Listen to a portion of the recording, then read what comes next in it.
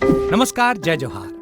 क्या आप भी गवर्नमेंट एग्जाम्स की तैयारी करना चाहते हैं? क्या आप भी मेमोरी टेक्निक्स और ट्रिक्स के जरिए बहुत ही कम समय में स्मार्ट स्टडी करना चाहते हैं? क्या आप चाहते हैं कि सीजी व्यापम टॉपर आपको पढ़ाए? तो डाउनलोड करिए योगेंद्र साहू क्लासेस ऐप। यहाँ 10 से अधिक गवर्नमेंट एग्जाम्स क्रैक करने वाले और सीजी व्यापम टॉप करने वाले योगेंद्र सर सीजीपीएससी और सीजी व्यापम के अंतर्गत होने वाले सभी एग्जाम्स की तैयारी कराएं। तो डाउनलोड करिए Yogendra Sahu classes app to be the best, learn from the best.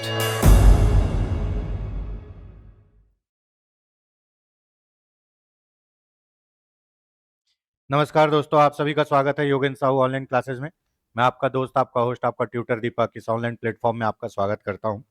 ये हमारे एडियो के एमसीक्यूज की सीरीज है, काफ़ी अच्छी चल रही है, उसके लिए आप लोग का बहुत बहुत धन्यवाद। आज भी हम 35 क्वेश्चन है और अप्रॉक्स 35 क्वेश्चन है, या 30 है, 35 क्वेश्चन है इसमें, ठीक है। तो काफ़ी अच्छी चल रही है सीरीज। कुछ नया भी करने की सोच रहे हैं, या तो किसी सब्जेक्ट का मैराथन लेके आएंगे, या किसी सब्जेक्ट का मैराथन एमसीक्यू कराएंगे, या किसी एक सब्जेक्ट का अपन शॉर्ट नोट में क्विक रिवीजन का फॉर्मेट करेंगे। इस पे अभी मंथन चल रहा है संस्था के द्वारा। कुछ एक अच्छा और सीरीज इसका चालू करेंगे अभी 1 महीने के लिए, जिससे आपका एमसीक्यू के थ्रू क्या हो, एमसीक्यू के थ्रू आपकी तैयारी पुख्ता हो और जो आपका रिवीजन हो वो भी हो जाए। तो इसके लिए भी कुछ किया जाएगा, अभी कमिटमेंट नहीं कर सकते, अभी इसके बारे में विचार चल रहा है, ठीक है। तो दोस्तों काफी अच्छा आप लोग का रिस्पॉन्स है, ऐसे ही पढ़ते रहिए, आगे बढ़ते रहिए, ठीक है। क्वेश्चन इंपॉर्टेंट है, उससे ज्यादा इंपॉर्टेंट है टॉपिक। टॉपिक रिवाइज होगा, उस टॉपिक से कोई भी क्वेश्चन आएगा आपसे बनेगा, ठीक है। जो लोग इस चैनल में नए हैं, चैनल को सब्सक्राइब कर लीजिए, वीडियो को लाइक करिए, ठीक है। और मैं आपकी जानकारी के लिए बता दूं, जिनके पिछले के सीरीज छूट चुके हैं, हमारे एडियो के एमसीक्यू सीरीज के जो प्ले लिस्ट है उसमें अप्रॉक्स 55 वीडियो हैं। तो ये मान लो कि आपका हर वीडियो में कम से कम 30 से 35 क्वेश्चन है, ठीक है। तो काफी अच्छी तैयारी हो जाएगी दोस्तों, काफी सारे क्वेश्चन हो जाएंगे। मैं ये बोल सकता हूं पंचायती राज व्यवस्था ऑलमोस्ट हम कंप्लीट कर चुके हैं, पशुधन बहुत अच्छे से करे हैं, अभी मनरेगा, सामाजिक अंकेक्षण, ग्राम उद्योग और आरटीआई, इसमें भी 1-2 क्लास में काफी अच्छा हमारा रिवीजन हो जाएगा। तो बिल्कुल बने रहिए और जुड़े रहिए योगेंद्र साहू ऑनलाइन क्लासेस के साथ। मैं बताना चाहूंगा दोस्तों, हमारी संस्था के द्वारा एडीओ, एडीआई, आबकारी आरक्षक, उसके बाद प्रयोगशाला परिचारक, उसके बाद आपका शिक्षक पात्रता परीक्षा छत्तीसगढ़ 2026 का भी तैयारी कराया जा रहा है। अगर आप इन कोर्स के बारे में भी रुचि रखते हैं या जानने के इच्छुक है तो संस्था के मोबाइल नंबर पर आप संपर्क कर सकते हैं, या फिर प्ले स्टोर से आप Yogendra Sahu online classes app भी डाउनलोड कर सकते हैं, ठीक है दोस्तों। चलिए आगे बढ़ते हैं, है ना। इस माहौल को, इस समय को आगे बढ़ाया जाए, ठीक है। बहुत इंपॉर्टेंट टॉपिक है सर, क्वेश्चन रिपीट हो रहा है क्योंकि इंपॉर्टेंट है टॉपिक। टेंडर वोट, निविदत्त मत मतलब टेंडर वोट। कई लोग ये नाम पहली बार सुनते हैं, सर ये क्या होता है? हम लोग तो मशीन में वोट देते हैं।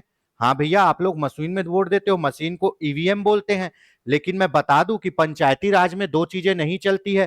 पहला क्या, मशीन में वोट देना नहीं चलता है। दूसरा क्या, दल आधार पे चुनाव नहीं लड़ा जाता। पंचायती राज में कांग्रेस, बीजेपी, बहुजन समाज पार्टी वार्टी कुछ नहीं होता हमारे यहाँ। हमारे यहाँ निर्दलीय लड़ते हैं सबके सब, ठीक है, पर दल के आदमी लड़ते हैं निर्दलीय चिन्हों पर। दूसरा, हमारे यहाँ पंचायती राज के चुनाव मतपत्र में होता है, ठीक है। तो चलिए अब देख लेते हैं। तो मतपत्र, है ना, निविदत मत, tender vote.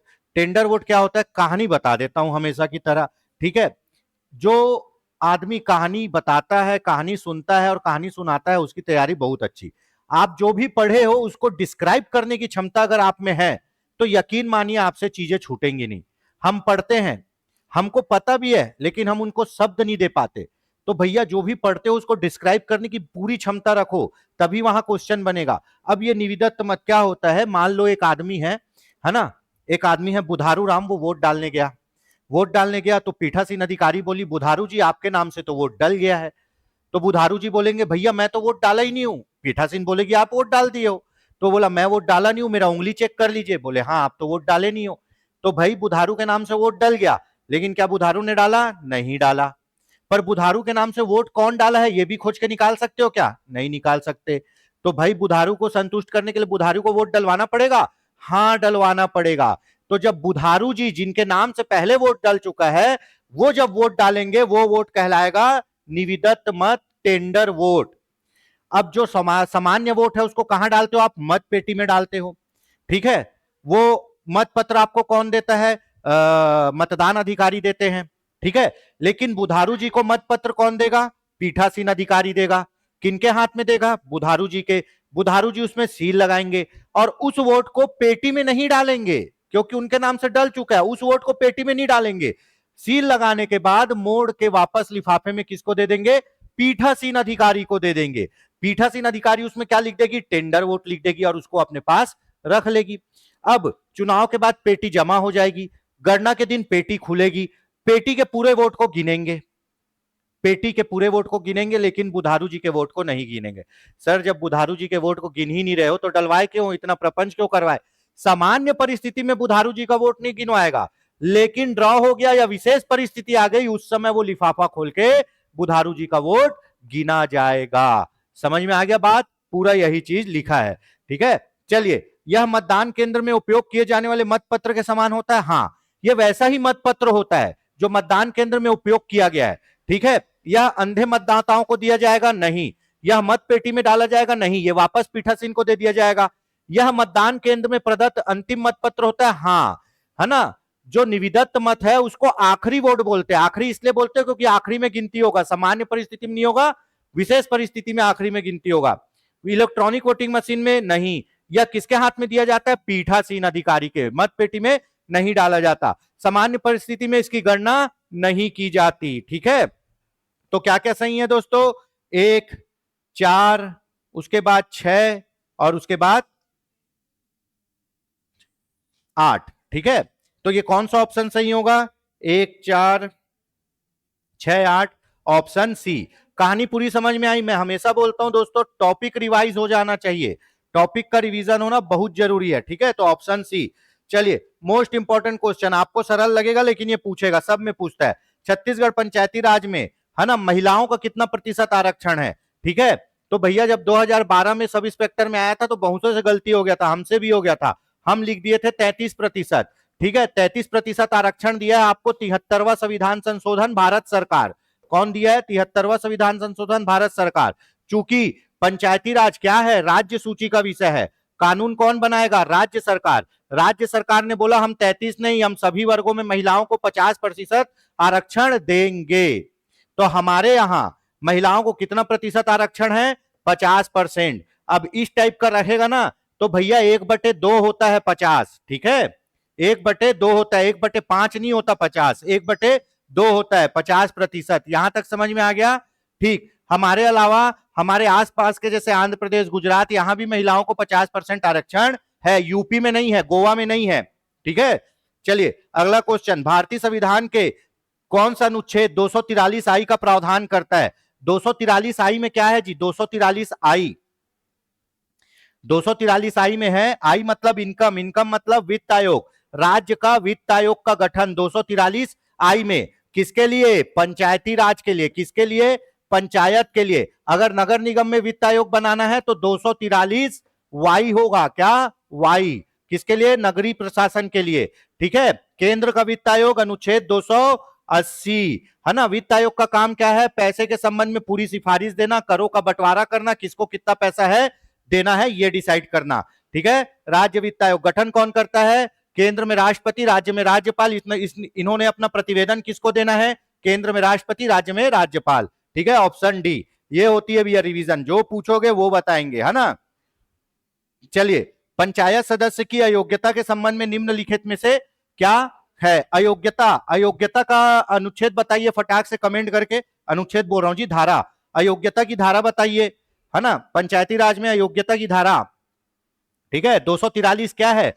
243 F, 243 F, failure, जो आदमी नहीं बन सकता, ठीक है। तो क्या बोल रहा है? कौन सा कथन सही है? सही है पूछ रहा है, अयोग्यता बोल रहा है। अयोग्यता के संबंध में क्या सही है ना। यदि संबंधित पंचायत का सदस्य पंचायत के अधीन लाभ का पद धारण करता है, सरकारी सेवा में है, उसे भ्रष्टाचार के लिए हटा गया है, तो वो क्या बन पाएगा? नहीं बन पाएगा। बन पाएगा क्या? नहीं बन पाएगा। तो ये सही है, ये अयोग्यता है ना। यदि पंचायत सदस्य के आवास में पंचायत का पदाधिकारी नियुक्त होने के बाद नियुक्त होने के बाद जलवाहित शौचालय नहीं है तो भी हटा देंगे। ठीक है, यदि पंचायत सदस्य पंचायत में रहते हुए पंचायत की भूमि पर अतिक्रमण कर लिया, गौठान में पार्किंग बना के अपने ट्रैक्टर को खड़ा कर रहा है, ठीक है, तो ये गलत बात है भैया, ऐसा नहीं करना है। पंचायत की जमीन को आप नहीं रख सकते, तो ये भी अयोग्यता के संबंध में सत्य है। अगर पंचायत का सदस्य सहकारी बैंक से ऋण लिया, ऋण लेना कोई अयोग्यता नहीं है, और गांव का हर आदमी सहकारी बैंक से ऋण लिया है, सर कैसी बात करते हो, कैसे लेगा? अरे भैया आप किसान हो ना, प्राथमिक साख समिति में आप क्या हो, रजिस्टर हो, हाँ, अल्पकालीन कृषि ऋण ले रहे हो, उससे खेती कर रहे हो, तो ऋण तो लिए हो जी, हाँ ठीक है, भले फसल बेच के काट देते, तो ये अयोग्यता नहीं है। यदि पंचायत सदस्य इंटरकास्ट मैरिज किया है, तो भैया इंटरकास्ट मैरिज को सरकार प्रमोट करती है, ना कि डोमिनेट करती है। अगर आप इंटरकास्ट मैरिज करोगे तो सरकार प्रमोट करती, तो ये दोनों अयोग्यता नहीं है। अयोग्यता है क्या? केवल 1 2 3 अयोग्यता है। ठीक है, अब यहां पे कई लोग पूछेंगे लाभ का पद, लाभ का मत मतलब आप सरकारी सेवा में हो, लाभ के पद की परिभाषा कोई विशेष रूप से नहीं स्पेसिफाई की गई है। यह कहा गया है आप सवैतनिक नियोजन नहीं कर सकते। सवैतनिक मतलब ऐसा काम जिसमें आपको क्या मिल रहा हो, वेतन मिल रहा हो। चलो ठीक है, यहां तक हो गया, तो 1 2 3 सही है। 4 क्वेश्चन हो गए भैया पटाख से, बढ़िया, 1 नंबर। चलिए अगला question, high security animal disease laboratory कहां स्थापित है? High security animal disease laboratory है ना, इसी को बोलते हैं क्या, निषाद। ठीक है, national institution of high security animal disease, Nishad. ये कहां है भैया? आनंद नगर। कहां? आनंद नगर। आनंद नगर गुजरात नहीं, आनंद नगर भोपाल। कहां? आनंद नगर भोपाल। बहुत इंपॉर्टेंट है, यहीं हम लोग अपने कौन से bird swine flu, bird flu के पूरे नमूने भेजते हैं, यहां। और पुणे का दूसरा है Nishad high security animal disease, Bhopal में है, तो ऑप्शन क्या होगा? भोपाल होगा। ठीक है, चलिए, राज्य वित्त आयोग के संबंध में निम्नलिखित में से सही नहीं है, नहीं है बोल रहा है, नहीं है। भारत के संविधान के 73वें संविधान संशोधन, 76वां संविधान संशोधन किससे संबंधित था जी? पंचायती राज व्यवस्था से। 74वां नगरीय निकाय से। ठीक है, तो 73वां संविधान संशोधन हुआ तभी तो राज्य वित्त आयोग का गठन हुआ, है ना। तो गठन का प्रावधान है, हाँ है, कौन से में? 243 आई में, है ना। इसका गठन किसके द्वारा किया जाता है? राज्य का वित्त आयोग का गठन राज्य के नाम पे होगा, राज्यपाल करेगा। राज्य का पूरा काम किसके द्वारा चलता है? राज्यपाल के द्वारा चलता है, तो ठीक है, राज्यपाल गठन करेगा। ठीक, ये क्या करेगा? ये राज्य की वित्तीय स्थिति, पंचायतों को कितना पैसा देना है इस संबंध में सुझाव देगा। पूरे पैसे के लिए पूरा ये क्या करेगा? गेम प्लान करेगा कि भैया इस साल पंचायतों को 500 करोड़ दो, इस साल 300 करोड़ दो, ये पूरा बताता है, वित्तीय स्थिति की समीक्षा करता है। ठीक है, तो ये भी सही है। तो क्या होगा इसका ऑप्शन? उपयुक्त में से कोई नहीं, मतलब सभी सही है। इस टाइप के क्वेश्चन में फंसना नहीं है, इसको आपको देखना है, सही नहीं है, क्या सही नहीं है। तो भैया यहां ऐसा कुछ नहीं है जो सही नहीं है, मतलब सभी सही है, तो उपयुक्त में से कोई नहीं, ऑप्शन डी। चलिए अब देख लेते हैं, छत्तीसगढ़ में संचालित बिहान योजना का संचालन कितने विकास खंड में किया जा रहा है? आपको कई जगह पुराने में दिखेगा 85 विकास खंड, है ना, 85 विकास खंड दिखेगा, लेकिन 85 नहीं, अभी चालू हुआ होगा तब हुआ होगा। अभी पूरे 146 विकास खंड में बिहान योजना चल रही है। सर बिहान योजना एनआरएलएम ही है? हाँ, हमारे यहाँ एनआरएलएम का नाम बिहान योजना रखा गया है। ठीक है, जो 1 अप्रैल 2013 से हमारे यहाँ प्रभावी है। ठीक है, चलिए, तो 146 विकास खंड, संपूर्ण विकास खंड, ऑप्शन डी। अगला क्वेश्चन, पंचायतों की काल अवधि के बारे में, है ना, ड्यूरेशन, कितना दिन पंचायत रहेगा? आपको पता है भैया? कब गणना कब से होती है जी मेरे मित्रों, युद्ध वीरों, रण बांकुरों? कब से होती है गणना? पहले सम्मिलन से, पहले सम्मिलन से। ऑप्शन में पहला बैठक, पहला सम्मिलन रहेगा, तो आपको क्या टिक लगाना है? पहला सम्मिलन। अगर ऑप्शन में पहला सम्मिलन नहीं है तब पहला बैठक लगाइए। तो पहले सम्मिलन से गणना होगी कब? 5 साल के लिए, और 5 साल खत्म होने से पहले ही चुनाव करवा लिया जाएगा। ठीक है, अगर बीच में पंचायत भंग होती है तो जो नई पंचायत बन के आएगी वो उपचुनाव में बन के आई है, तो उपचुनाव का आदमी कितने दिन रहेगा? बचे हुए दिन तक रहेगा। अगर पंचायत भंग हो गई है और 6 महीने से कम समय बचा है, पंचायत का 5 साल खत्म होने में 6 महीने से कम बचा है, तो चुनाव नहीं होगा, क्योंकि 6 महीने बाद ऑलरेडी क्या होगा? नया चुनाव होगा। पूरी कहानी यही लिखी हुई है। बीच में पंचायत के विघटन पर विघटन के 6 महीने के भीतर चुनाव आयोजित किया जाएगा, बिल्कुल सही। अगर मान लो पंचायत 2 साल में 2 साल कार्यकाल पूरा हुआ है और 2 साल में ही भंग हो गई, अभी तो 3 साल बचा है ना, तो भंग हुई है उसके 6 महीने के भीतर ही क्या किया जाएगा, उपचुनाव कराया जाएगा। उपचुनाव कराओगे तो क्या होगा, नए लोग आएंगे और वो नए लोग कितने समय के लिए आएंगे, बचे हुए समय के लिए आएंगे, नया 5 साल के लिए नहीं आएंगे। नए 5 साल के लिए 2 लोग आते हैं, कौन, राष्ट्रपति और उपराष्ट्रपति। राष्ट्रपति की मृत्यु हो गई, पद खाली हो गया, नया चुनाव 5 साल के लिए ही होगा। चलिए पहला हो गया। दूसरा, यदि विघटन के समय पंचायत की शेष अवधि 6 महीने से कम है तो 6 महीने में तो नया चुनाव हो जाएगा। अभी चुनाव करवाओगे फिर 6 महीने में चुनाव करवाओगे, मतलब चुनाव ही करवाते रहो, आदमी काम ही ना करे, ऐसा बिल्कुल नहीं होगा भैया। तो यदि विघटन के बाद सिर्फ 6 महीने से कम समय बचा है तो चुनाव नहीं होगा, ऐसे ही टाइम पास किया जाएगा। 6 महीने बाद नया चुनाव होगा और वो आदमी 5 साल के लिए आएगा। उपचुनाव जहां लिखा रहेगा वहां शेष अवधि रहेगा। ठीक है, चलिए पंचायत के गठन संविधान के लिए चुनाव इसकी 5 वर्ष पूर्ण होने की अवधि के पहले ही करा लिया जाता है। अभी अभी जो पंचायत चुनाव हुआ 3 महीने पहले, उसी में हम लोग 6 महीना ज्यादा घिसे, क्यों, क्योंकि उसमें संशोधन कर दिया गया था कि बिना चुनाव के 6 महीने रह सकते हैं। ठीक है, 2024 में। तो यहां तक हो गया, ये भी सही है। यदि किसी पंचायत के विघटन पर जो उपचुनाव में पंचायत बनेगी केवल 5 वर्ष के लिए आएगी, नहीं, वो आएगी केवल शेष वर्षों के लिए। तो क्या असत्य है बोल रहा है, तो असत्य है डी, है ना, असत्य क्या है, डी। पूरी कहानी बता दी अभी फटाक से। ठीक है, कैसे लगता है दोस्तों ये सीरीज, डिस्कशन कैसे लगता है वो बताइए।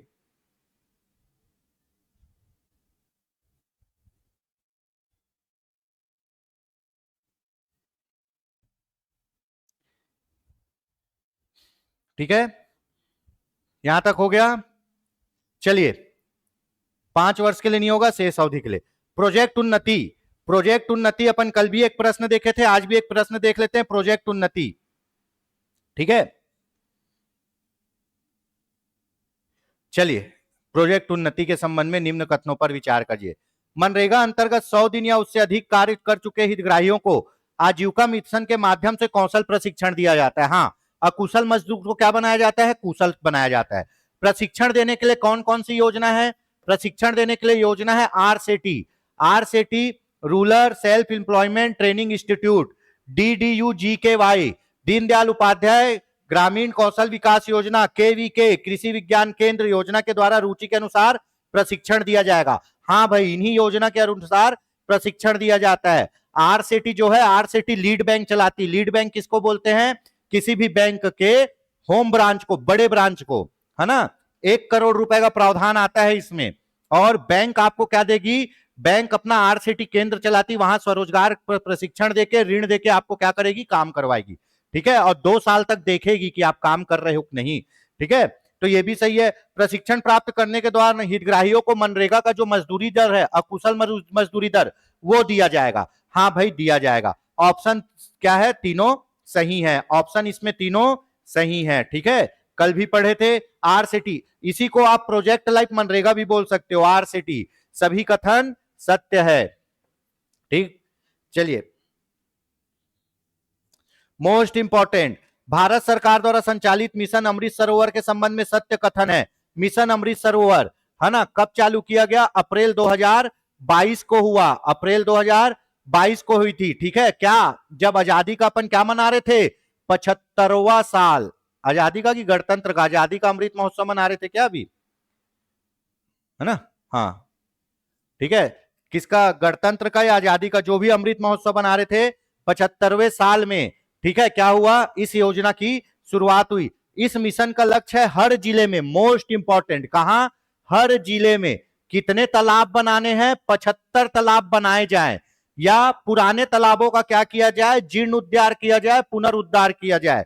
ठीक है, अमृत सरोवर निर्माण के लिए मानक आकार 1 एकड़ जमीन चाहिए और इसमें करीब 10,000 क्यूबिक मीटर पानी रखने का क्षमता होना चाहिए। उपरोक्त सभी सही है। इसमें यह है मिशन अमृत सरोवर।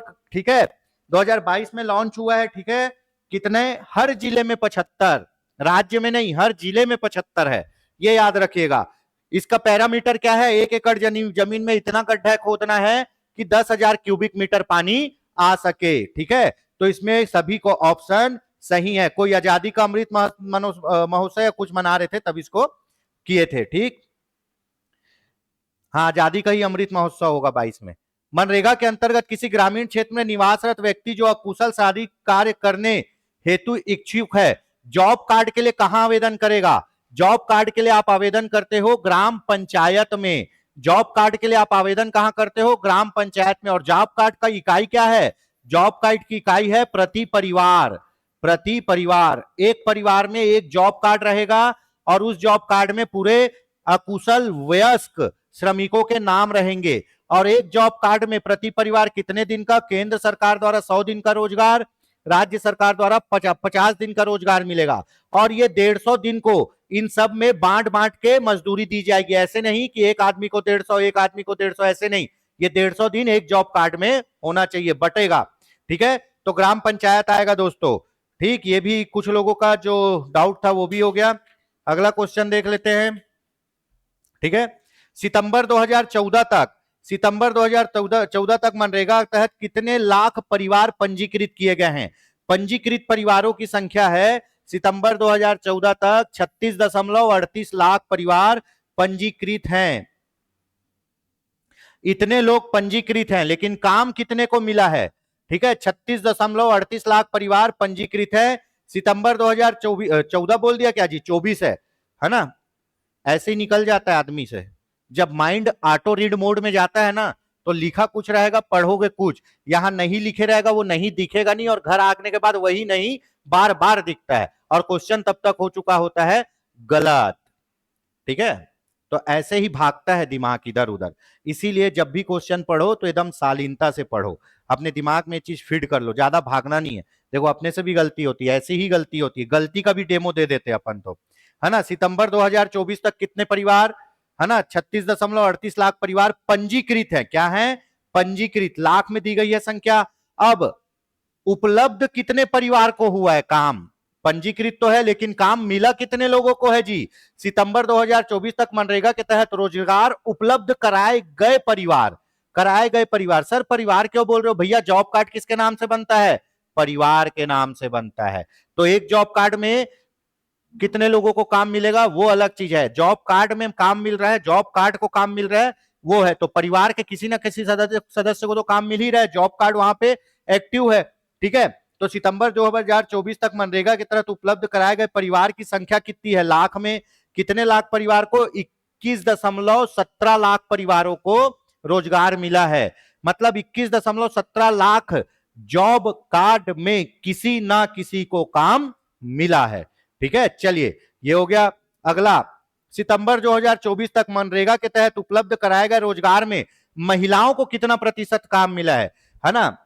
महिलाओं को कितना प्रतिशत काम मिला है सितंबर 2024 तक? तो भैया बहुत अच्छी उपलब्धि है, बहुत जबरदस्त उपलब्धि है। हमारे यहां लगभग 55.31% महिला हैं। जितने को काम दिए हैं उसमें से 55.31% महिला है अपने यहां। वैसे महिलाओं की प्राथमिकता कितनी है हमारे यहाँ? 33% है मनरेगा में भी। 1/3 महिलाओं को काम देना है, लेकिन हम तो भैया यहाँ पे 1/2 महिलाओं को काम दे रहे हैं। कितने? 1/2, लगभग 50% महिलाओं को काम हम दे चुके हैं। 55.31% महिलाओं को काम मिला है सितंबर 24 तक। ग्राम पंचायत का कर्तव्य होगा कि वो ऐसी जांच करने के पश्चात जो वह ठीक समझे आवेदन तारीख के कितने दिन के भीतर जॉब कार्ड रेडी करके देंगे। कितने दिन के भीतर जॉब कार्ड दिया जाएगा जी? 15 दिन के भीतर। अगर कोई परिवार जॉब कार्ड के लिए आवेदन करता है तो उसके 15 दिन के भीतर उसको जॉब कार्ड देना है। ये 15 दिन में क्या करना है? उसके घर में जाके पूरा देखना है, मुआयना करना है वो उस गांव में रहता है या नहीं, कितने वयस्क सदस्य हैं, कौन अकुशल है, कौन श्रमिक है, कौन विकलांग है, पूरा आवेदन का छानबीन करने के बाद 15 दिन में जॉब कार्ड बनाना है। और ये जॉब कार्ड किसी भी हालत में पंचायत में नहीं रहना चाहिए। ये जॉब कार्ड किसके पास रहना चाहिए? हितग्राही के पास। अगर पंचायत में है तो क्या करेंगे? उसको सजा होगी। सजा मतलब उसको दंड मिलेगा। ठीक है, किसको? पंचायत पदाधिकारियों को, है ना। तो भैया 15 दिन के अंदर जॉब कार्ड रेडी करके रखना है और जॉब कार्ड रहेगा हितग्राही के पास। मनरेगा अंतर्गत परिवार रोजगार कार्ड के संबंध में सत्य कथन सही पूछ रहा है। सही। परिवार रोजगार कार्ड जारी होने से 5 वर्ष के लिए वैध रहेगा। कितने वर्ष के लिए? 5 वर्ष के लिए। एक बार जॉब कार्ड बन गया 5 साल के लिए वैलिडिटी रहेगी। 5 वर्ष समाप्ति के बाद 1 माह के भीतर तत्काल उसको रिन्यू करके देना है। ज्यादा दिन अपने पास नहीं रहना है, अगर रखोगे तो फिर दंड का प्रावधान है। तो इसमें ऑप्शन ए और बी दोनों सही होंगे, ऑप्शन ए और बी दोनों सही होंगे। जॉब कार्ड से तो क्वेश्चन गिरते हैं दोस्तों, इसको तो पढ़ना ही पड़ेगा, ठीक है। जॉब कार्ड से तो क्वेश्चन बनते हैं, 5 साल वैलिड रहेगा, 1 महीने में रिन्यू करना है, जय माता दी बोल के। चलिए आगे पढ़ते हैं। वित्तीय वर्ष 2023-24 में सूरजमुखी के उत्पादन में अग्रणी राज्य है ना। ये रेलवे का, railway NTPC, railway group D के सब पेटेंट क्वेश्चन है। सूरजमुखी, सूरजमुखी के उत्पादन में अग्रणी राज्य क्या है जी? कर्नाटक है। क्या है? कर्नाटक। यहां पे ए बी सी डी लिख लीजिएगा, कर्नाटक है, ठीक है। चलिए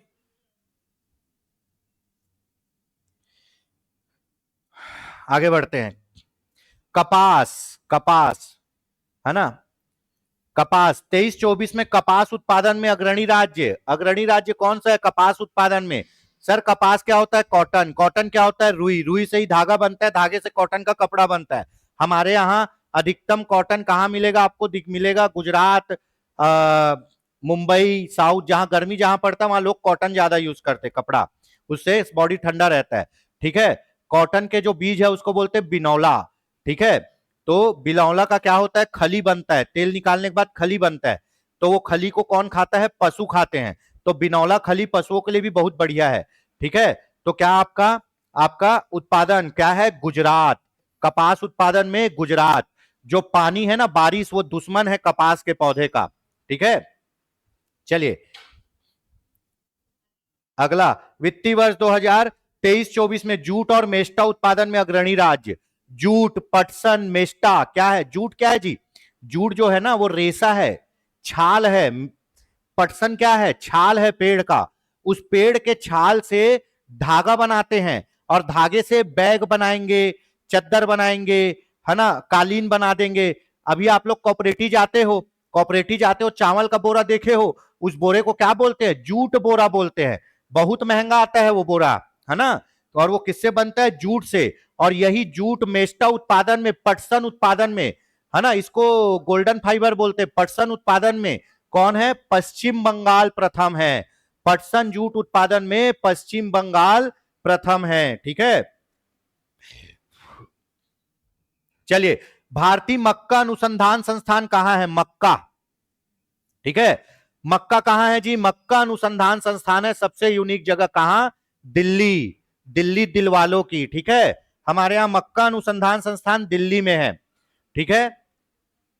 एक क्वेश्चन का आंसर दीजिए, छत्तीसगढ़ में मक्का समर्थन मूल्य में कौन खरीदता है? कौन सी संस्था खरीदती है? कमेंट करके बताइए। छत्तीसगढ़ में समर्थन मूल्य में मक्का कौन सी संस्था खरीदती है, ठीक है। राष्ट्रीय सोयाबीन अनुसंधान संस्थान कहां है? सोयाबीन, कल मैं बताया था सोयाबीन के उत्पादन में कौन अग्रणी है? सोयाबीन के उत्पादन में है मध्य प्रदेश अग्रणी। मध्य प्रदेश को बोलते हैं सोया स्टेट। सोने वाला सोया नहीं जी, सोयाबीन वाला सोया, सोया स्टेट, ठीक है। अब सोयाबीन आप लोग नहीं देखे हो तो न्यूट्रिला बड़ी देखे हो, वही सोयाबीन है। सोयाबीन कहां की फसल है? चीन की फसल है। बहुत ज्यादा प्रोटीन होता है उसमें। और मध्य प्रदेश को और क्या बोलते हैं? टाइगर स्टेट भी बोलते हैं। यहां बहुत शेर है, ठीक है। और यहां बहुत सारे राष्ट्रीय उद्यान भी है, ठीक है। गुरु घासीदास राष्ट्रीय उद्यान मध्य प्रदेश का ही था। जब हमारे हिस्से में आया तो उसका नाम हम लोग गुरु घासीदास कर दिए। उसी का नाम उस पार संजय गांधी है, ठीक है, जो अभी चौथा टाइगर रिजर्व बन गया, सेमरसोत और गुरु घासीदास, ठीक है। ये दो हो गया। तो भैया जब होता कहां है? मध्य प्रदेश में, तो इसका अनुसंधान संस्थान कहां है? इंदौर में। सर ये सब अनुसंधान संस्थान में क्या होते हैं? ये सब अनुसंधान संस्थान में इनकी खेती की नई नई तकनीक ईजाद की जाती है, पहला चीज। फसलों का नया ब्रीड तैयार किया जाता है, दूसरा चीज। फसलों में आने वाली बीमारियों के संबंध में रिसर्च किया जाता है, ठीक है। तो यही सब काम होते हैं अनुसंधान संस्थान में, इंदौर। और यहां जो है ना आपके पूरे कृषि वैज्ञानिक लोग काम करते हैं, बड़े बड़े लीजेंड लोग। हमारे यहाँ इंदिरा गांधी कृषि विश्वविद्यालय में भी धान की नई नई किस्म इजाद की जाती है, ठीक है। ये हो गया बिस्वा, इंदौर। चलिए अगला देख लेते हैं। ग्रामीण आजीविका मिशन के रूप में छत्तीसगढ़ में किस योजना का संचालन किया जा रहा है? ग्रामीण आजीविका मिशन चल रहा है कहां? केंद्र में। इसका नाम छत्तीसगढ़ में क्या रखे हैं? बिहान रखे हैं। और बिहान मतलब होता है नया सवेरा या बिहनिया, नया बिहनिया। कब से चालू हुई है? 1 अप्रैल 2013 से। मोदी जी आए 2014 में और पूरे भारत को दीनदयालमय कर दिए, इसीलिए इनका नाम रख दिया गया किसका? एनआरएलएम का नाम बदल के क्या रखा गया? 29 मार्च 2016 को क्या किया गया? दीनदयाल उपाध्याय अंत्योदय योजना। उसी को हमारे यहां बिहान बोलते हैं। सभी संपूर्ण छत्तीसगढ़ में लागू है। राष्ट्रीय ग्रामीण आजीविका मिशन के तहत केंद्र और राज्य सरकार के मध्य वित्त पोषण अनुपात क्या है? बहुत विवादित प्रश्न है, ये लड़ाई करवा देता है, ठीक है, पर हमारे पास इसका भी ब्रह्मास्त्र है। सबसे पहले है ना, छत्तीसगढ़ के आर्थिक सर्वेक्षण में लगभग 2016 15-16 से छप रहा है कि हमको छत्तीसगढ़ वालों को एनआरएलएम के थ्रू 60-40 का रेशियो मिलता है। कितना? 60-40 से का 60% पैसा केंद्र सरकार लगाएगी, 40% पैसा राज्य सरकार लगाएगी। कहां? छत्तीसगढ़ में, ठीक है। जब आप एनआरएलएम पढ़ोगे केंद्र की योजना, तो उन लोग बोलते हैं भैया हम लोग दे रहे हैं 75-25 का रेशियो। 75 रुपए केंद्र सरकार, 25 रुपए राज्य सरकार। कहां? सामान्य राज्य में, है ना। 75-25 कहां? सामान्य राज्य में, ठीक है। उसके बाद आएगा एक 90-10 का रेशियो। कहां? सिक्किम सहित पूर्वोत्तर राज्य, 7 सिस्टर राज्य में, पूर्वोत्तर राज्य में यह रेशियो चलेगा, ठीक है, क्योंकि वहां राज्य सरकार के पास उतने पैसे हैं नहीं। पूरा 100% पैसा लगाएगी केंद्र सरकार और यहां जीरो लिखेगी। कहां? केंद्र शासित प्रदेश में। केंद्र शासित प्रदेश जी जो केंद्र के अंदर शासित है, जहां मुख्यमंत्री नहीं है। 2 ही केंद्र शासित प्रदेश में मुख्यमंत्री, दिल्ली और पौंडीचेरी, है ना। चलिए, तो ये है रेशियो। और इसमें एक और आता है वर्ल्ड बैंक, हमारे बड़े भाई साहब वर्ल्ड बैंक, जो चिराग योजना में 750 करोड़ रुपए दिए हैं।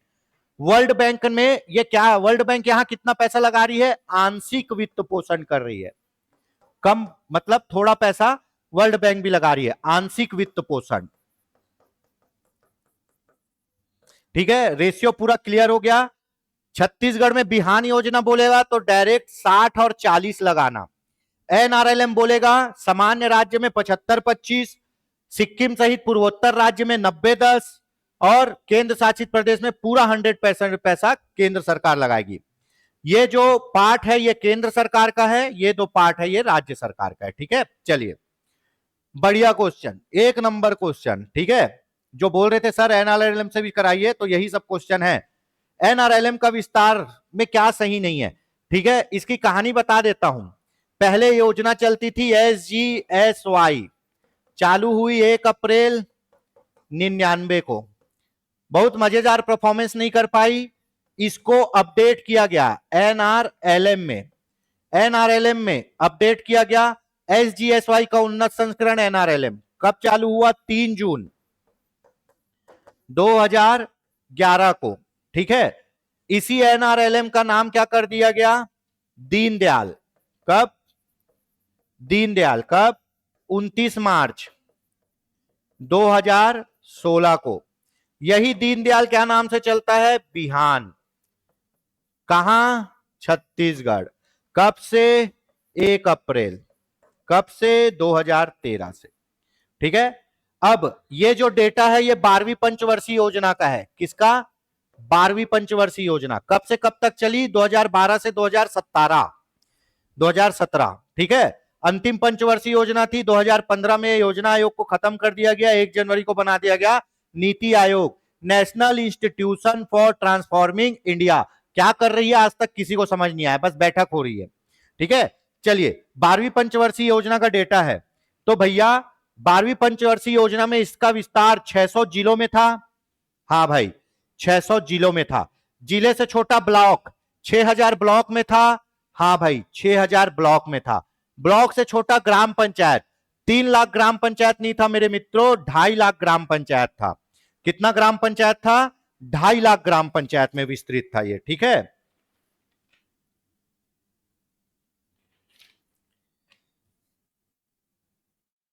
ढाई लाख ग्राम पंचायत में विस्तृत था। इसका विस्तार 6 लाख ग्राम में है, 6 लाख ग्राम में है।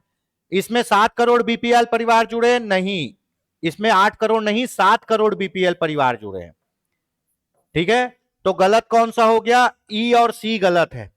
तो ई और सी और ई किधर है? ऑप्शन डी में है।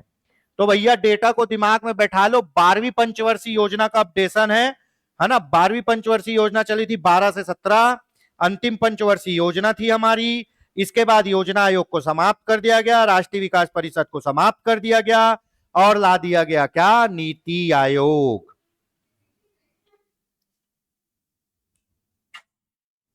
ठीक है, तो इसका विस्तार 600 जिला से चालू करो। 600 जिले के बाद ब्लॉक आएगा। ब्लॉक क्या होगा आपका? 6000। उसके बाद ग्राम पंचायत आएगा, ये थोड़ा सा बदल गया, 2.5 लाख।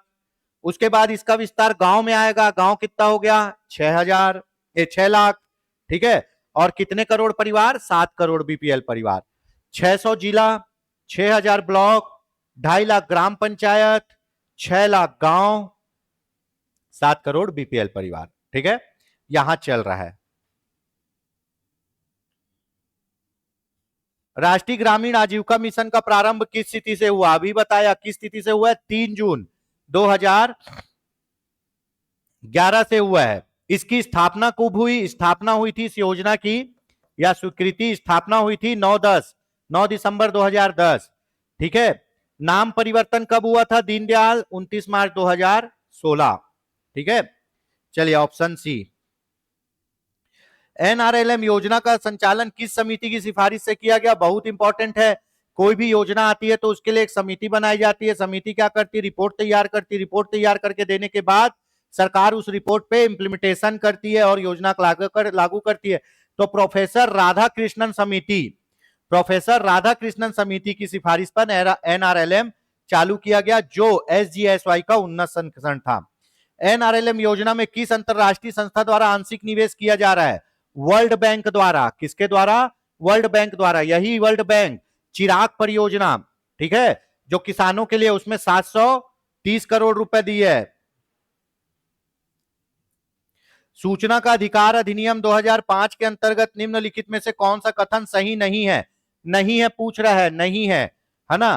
तो भैया पहला, अगर स्वतंत्रता सूचना व्यक्ति की जीवन और स्वतंत्रता से संबंधित है तो 48 घंटे के भीतर दी जाएगी। हाँ भाई, व्यक्ति की जीवन और स्वतंत्रता से संबंधित है तो 48 घंटे के भीतर सूचना को दिया जाएगा। अगर मान लो सूचना नहीं मिलने पर व्यक्ति मर जाएगा, गुलाम हो जाएगा, तो 48 घंटे में सूचना देना है ना। सभी सामान्य जानकारी कितने दिन में दी जाएगी?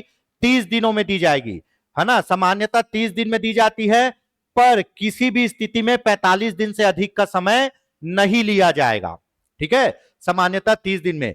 यदि सूचना केंद्रीय राज्य सार्वजनिक सूचना प्राधिकारी से संबंधित है तो 40 दिन में। भैया सरकार से ही सूचना मांगते हो, सरकारी संस्था के संबंध में ही मांगते हो, 30 दिन में ही मिलेगा। ये वाला हो गया गलत, एते आएगा 30 दिन। तो भैया कौन सा गलत है? सी ऑप्शन गलत है, सी ऑप्शन गलत है ना। यदि किसी तीसरे पक्ष से संबंधित है तो 40 दिन में। तीसरा पक्ष, है ना, तीसरे पक्ष से संबंधित है तो 40 दिन में। तीसरे पक्ष की परिभाषा दी गई है 2N। N मतलब न्यूट्रल, न्यूट्रल मतलब वो आदमी जो किसी के तरफ नहीं है। तो तीसरा पक्ष कौन होता है मैं बताता हूं। एक होता है सूचना देने वाला, एक होता है सूचना लेने वाला। ये दोनों को छोड़ के किसी तीसरे आदमी के संबंध में सूचना मांगोगे तो वो तीसरा आदमी जिसको बोलते हैं पर व्यक्ति, वो क्या कहलाएगा? तीसरा आदमी, पर व्यक्ति। इसकी परिभाषा दी गई है 2N में, है ना। और इसके संबंध में सूचना लेने का तरीका थोड़ा पेचीदा है। पर व्यक्ति के संबंध में अगर आप सूचना मांगते हो, सूचना किससे? विहित प्राधिकारी से, जो सूचना बना के रखा है, सूचना अधिकारी से सूचना मांगते हो। पर व्यक्ति के संबंध में तो वो जिस व्यक्ति को सूचना मांगे हो उसको आवेदन मिलने के 5 दिन बाद के 5 दिन के भीतर, आवेदन मिलने के 5 दिन के भीतर उस पर व्यक्ति को सूचना भेजेगा कि तेरे नाम से सूचना मांग रहे हैं या तेरे लिए सूचना मांग रहे हैं। वो व्यक्ति सूचना प्राप्त होने के 10 दिन के भीतर वापस सूचना अधिकारी को सूचित करेगा कि सूचना दो या ना दो, जो भी होगा। अब वो 10 दिन के बाद जो सूचना वो भेजेगा, ये सूचना मिलने के 40 दिन के भीतर सूचना अधिकारी डिसाइड करेगा कि आपको सूचना देनी है या नहीं। तो भैया 40 दिन के भीतर, प्रोसेस पूरा होने के 40 दिन के भीतर देनी है या नहीं, ये भी सूचना अधिकारी जो है आपका डिसाइड करेगा। प्रोसेस क्या है, आप आवेदन दिए, आवेदन मिला, जिस दिन आवेदन मिला 5 दिन के भीतर पर व्यक्ति को सूचित कर दिया जाएगा कि तुम्हारे बारे में सूचना मांग रहे। वो पर व्यक्ति जिस दिन सूचित हुआ है उसके 10 दिन के भीतर हमको वापस सूचित करेगा कि भाई सूचना दे दो या ना दे, जो भी बोलेगा। अब जब हमको वो पर व्यक्ति से वापस सूचना मिलेगी, उसके 40 दिन के भीतर हमको सूचना जो मांगा है उसको देना है, और इसका निर्धारण कौन करेगा, देने वाला, सूचना देने वाला करेगा। तो 40 दिन का समय है, ऑप्शन डी सही है ना। गलत क्या है, सी। ठीक है, ये याद रखिए। धारा 2 है, न्यूट्रल व्यक्ति जो कहीं का नहीं है। यदि लोक सूचना अधिकारी निर्धारित समय में सूचना प्रदान नहीं करता, लोक सूचना अधिकारी निर्धारित समय में सूचना प्रदान नहीं करता, तो अपीली अधिकारी से कितने बार अपील की जाती है? आपको पता है केवल 2 बार अपील कर सकते हैं, प्रथम अपील और द्वितीय अपील। द्वितीय अपील कहां होगी? द्वितीय अपील डायरेक्ट या तो केंद्रीय सूचना आयोग को या राज्य सूचना आयोग को होगी। प्रथम अपील का फीस है 50 रुपए, द्वितीय अपील का फीस है 100 रुपए। प्रथम अपील की धारा है धारा 19(1). प्रथम अपील की धारा है धारा 19(1). अपील कौन से धारा में? 19 में है। द्वितीय अपील की धारा है धारा 19(3). 19(3) के अनुसार केंद्रीय सूचना आयोग या राज्य सूचना आयोग को करोगे। प्रथम अपील में अगर जो आप सूचना चाहते हो उसको डाक से मंगाना चाहते हो, स्पीड पोस्ट डाक से, तो आपको 75 रुपए अतिरिक्त देने पड़ेंगे। द्वितीय अपील में जो सूचना चाहते हो उसको स्पीड पोस्ट डाक से मंगवाना चाहते हो तो 125 रुपए अतिरिक्त देने पड़ेंगे। कितने? 125। ठीक है। बीपीएल लोगों को छूट, शुल्क भुगतान से छूट रहेगा, उनको शुल्क नहीं देना पड़ेगा। ठीक, यहां तक हो गया। तो ये चीज याद रखिए भैया। प्रथम अपील आपका कब है? 30 दिन के बाद। ठीक, किसको? उस पंक्ति में, उस संस्था के पंक्ति में सर्वोच्च सूचना अधिकारी को होगा प्रथम अपील, जो संस्था ने सूचना आयोग बना रखा है अपना, उसमें। द्वितीय अपील डायरेक्ट राज्य सूचना आयोग या केंद्रीय सूचना आयोग को करोगे। ठीक है, 90 दिन के भीतर। प्रथम अपील की धारा है 19(1), द्वितीय अपील की है 19(3). प्रथम अपील का फीस है 50 रुपए, द्वितीय अपील का फीस है 100 रुपए। सूचना डाक में मंगवाना चाहते हो, प्रथम अपील के लिए 75, द्वितीय अपील के लिए 125। अपील कोई भी हो, अपील कोई भी हो, अपील को न्यूनतम 30 दिन में सॉल्व करना है या फिर 45 दिन से अधिक का समय नहीं लेना है। किसी भी हाल में 45 दिन से अधिक का समय नहीं लेना है, लेकिन न्यूनतम जो समय है वो 30 दिन ही है। ठीक है, ऐसे ही लिखा है आपके कानून में। ठीक, चलिए आगे देख लेते हैं। आरटीआई भी अपना बढ़िया चल रहा है। यदि प्रथम अपीली अधिकारी निर्धारित अवधि के भीतर अपील पर आदेश करने में असफल रहता है, अथवा यदि अपीलकर्ता प्रथम अपीली अधिकारी की सूचना से संतुष्ट नहीं है, तो वह कितनों दिन के भीतर द्वितीय अपील करेगा? प्रथम अपील की सूचना से आप संतुष्ट नहीं हो या प्रथम अपील की सूचना, प्रथम अपील की जो सूचना मिली थी उसमें आप संतुष्ट नहीं हुए, आपको लगता है गलत हो गया मेरे साथ, तो आप द्वितीय अपील कर सकते हो। या फिर प्रथम अपील का ड्यूरेशन समाप्त होने के बाद आप द्वितीय अपील कर सकते हो। द्वितीय अपील की धारा है धारा 19(3). क्या है? धारा 19(3). तो कितने दिन के भीतर कर सकते हो? 90 दिन के भीतर। 90 दिन की गणना कब से प्रारंभ होगी? जब आपको उधर से पहले अपील की सूचना मिल चुकी हो और आप उससे संतुष्ट नहीं हो, तो उसके 90 दिन के भीतर आप क्या कर सकते हो? दूसरी अपील कर सकते हो। दूसरी अपील राज्य सूचना आयोग या केंद्रीय सूचना आयोग के समक्ष होगा। ठीक है, 19(3) के तहत। दूसरी अपील का फीस है 100 रुपए। डाक से मंगाना चाहते हो तो 125 रुपए अलग, बीपीएल को छूट। ठीक है, कोई भी अपील का निपटारा 30 दिन में किया जाएगा। ठीक है, चलिए। छत्तीसगढ़ सामाजिक अंकेक्षण नियम 2015 की किस धारा में प्रासंगिक सरकारी रिकॉर्ड के लिए आवेदन दाखिल करना बताया गया है? प्रासंगिक सरकारी रिकॉर्ड के लिए आवेदन दाखिल करना बताया गया है, किस धारा में? आपको पता है 2 चीजें होती है। एक होता है सामाजिक अंकेक्षण इकाई, जो मुख्य सचिव चला रहा है, जिसमें 11 सदस्य होते हैं, वो पूरा अंकेक्षण को आयोजित करेगा। दूसरी इकाई होती है सामाजिक अंकेक्षण दल। ये क्या करता है? गांव में सामाजिक अंकेक्षण करता है। तो जब वो सामाजिक अंकेक्षण करेगा तो उसको कार्य से संबंधित दस्तावेज चाहिए होंगे। तो दस्तावेज, है ना, दस्तावेज के लिए आवेदन लिखेगा कौन? सामाजिक अंकेक्षण दल। सामाजिक अंकेक्षण दल दस्तावेज के लिए आवेदन लिखेगा किसको? कार्यक्रम अधिकारी को। किसको? कार्यक्रम अधिकारी को। ये कार्यक्रम अधिकारी कौन होगा? जनपद सीईओ होगा। कौन होगा? जनपद सीईओ को आवेदन लिखेगा। ठीक है, कि मेरे को ये डॉक्यूमेंट आप दे दो। क्या करो? मेरे को ये डॉक्यूमेंट आप दे दो।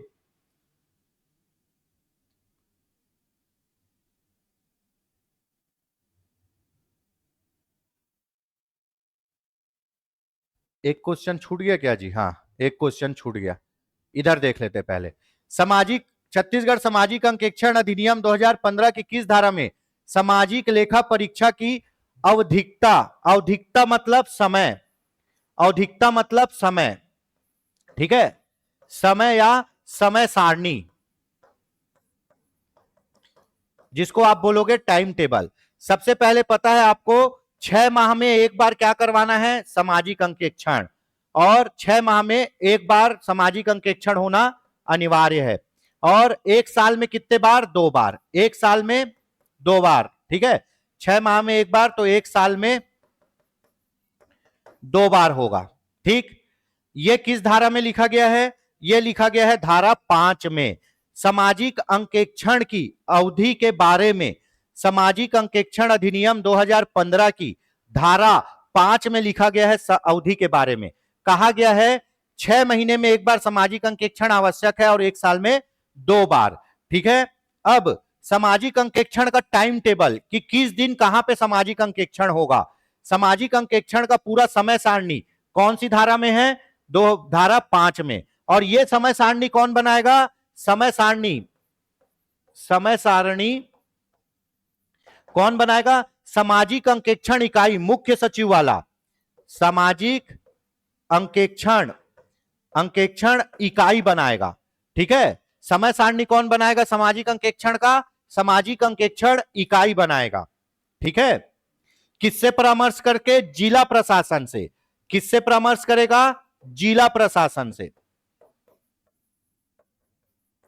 जिला प्रशासन से परामर्श करके क्या बनाएगा? समय सारणी बनाएगा। औधिकता मतलब समय सारणी की ही बात कर रहे हैं यहां पे। ठीक है, तो सामाजिक अंकेक्षण का समय सारणी कौन बनाएगा? सामाजिक अंकेक्षण की समय सारणी बनाएगा सामाजिक अंकेक्षण इकाई, जिला प्रशासन से सलाह मशवरा करके। ठीक है, वैसे कहा गया है सामान्यतः 6 माह में एक बार सामाजिक अंकेक्षण होना चाहिए, एक साल में 2 बार होना चाहिए। ठीक है, चलिए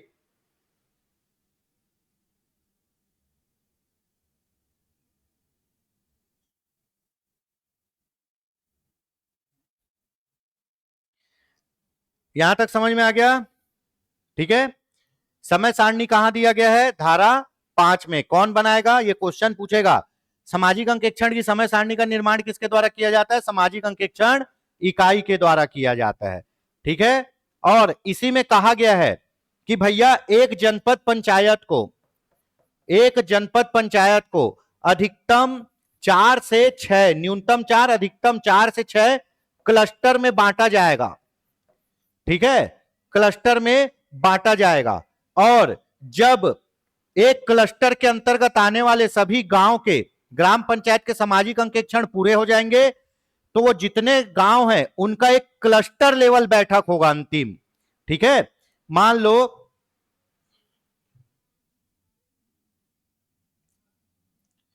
ठीक है, समय सारणी किसमें है? धारा 5 में। कौन बनाता है? सामाजिक अंकेक्षण इकाई। किसके सहयोग से, किसके सुझाव से? जिला प्रशासन के। 6 माह में एक बार, एक साल में 2 बार होना जरूरी है। अब मान लो ये एक ग्राम पंचायत है, ग्राम पंचायत है, कौन सा? क्यू। अब इसमें 4 क्लस्टर हैं। ठीक है, और ये क्लस्टर के अंदर अलग अलग गांव हैं। ये ग्राम पंचायत है। ठीक है, क्लस्टर के अंदर ये क्लस्टर 1, क्लस्टर 2, क्लस्टर 3, क्लस्टर 4। एक जनपद पंचायत को न्यूनतम 4, अधिकतम 6 क्लस्टर में बांटा जाएगा सामाजिक अंकेक्षण के लिए। यहां तक हो गया। ये 4 क्लस्टर हो गए। क्लस्टर क्या है? ग्राम पंचायत का समूह है।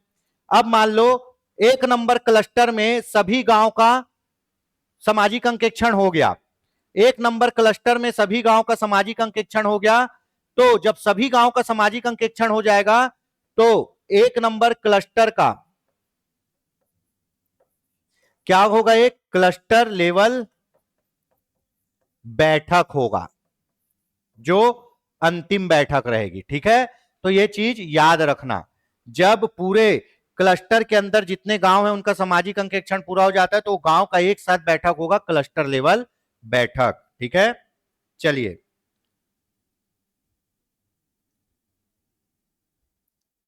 इसमें इंपॉर्टेंट यह है कि टाइम टेबल कौन बनाता है? सामाजिक अंकेक्षण इकाई बनाता है। ठीक है, और अंकेक्षण कौन करता है? सामाजिक अंकेक्षक दल करता है। छत्तीसगढ़ सामाजिक अंकेक्षण नियम 2015 की किस धारा में रिकॉर्ड के लिए आवेदन कौन करेगा? पहले बता दे रहा हूं। आवेदनकर्ता कौन होगा? आवेदनकर्ता होगा सामाजिक अंकेक्षक दल। सामाजिक अंकेक्षक दल आवेदन किसको करेगा? आवेदन करेगा जनपद सीईओ को। जनपद सीईओ को कब करेगा?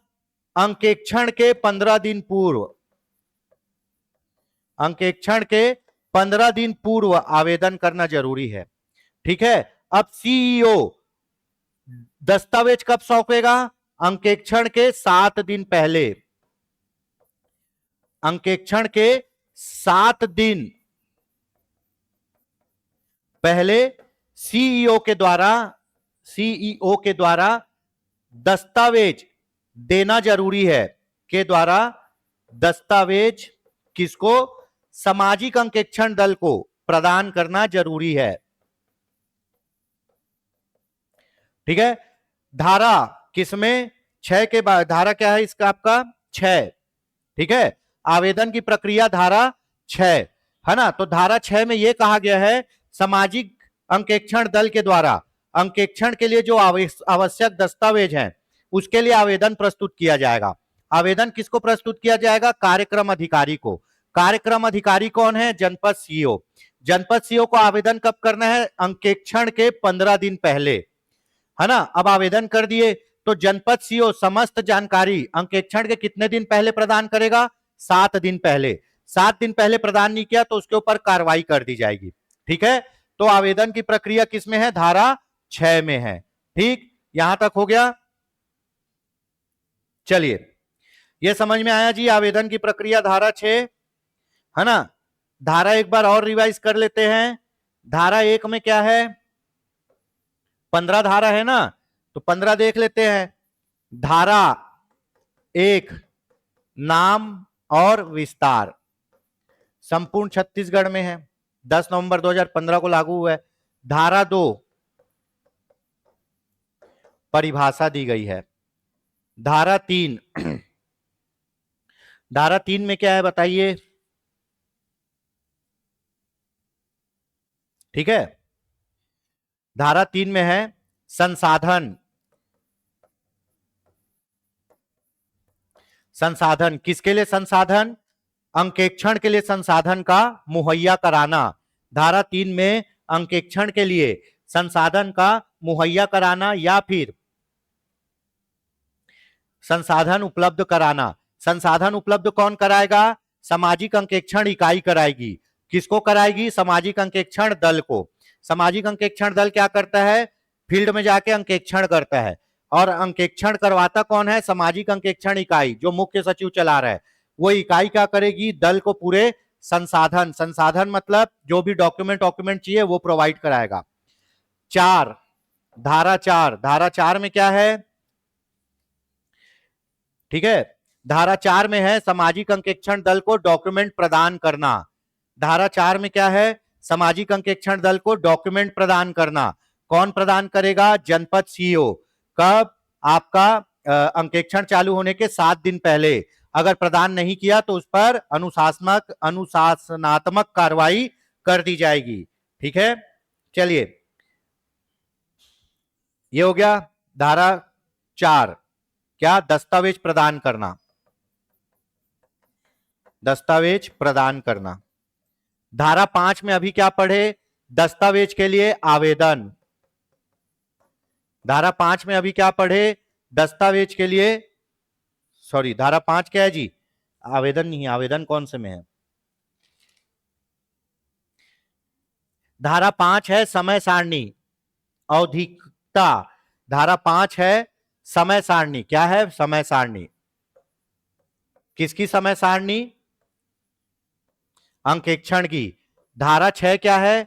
दस्तावेज के लिए आवेदन। धारा है 6 दस्तावेज के लिए आवेदन। ठीक है, यहां तक समझ में आ गया?